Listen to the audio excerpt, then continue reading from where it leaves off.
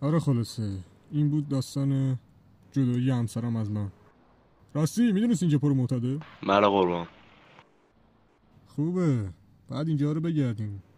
معتاده همه جا هستن، میدونی که درسته. پشت این خونه پاتوق معتاده است. بیا پایین سرباز، بعد یه گشتی بزنیم. چشم.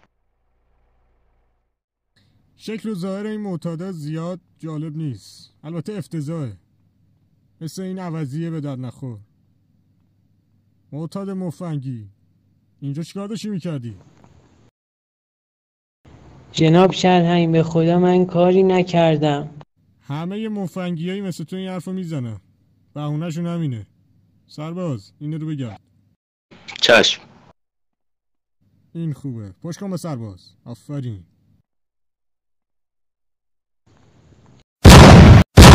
جناب سرهنگ این سرباز داره منو میماله ها. خفه شو، از علم نظام چیزی نمیدونی.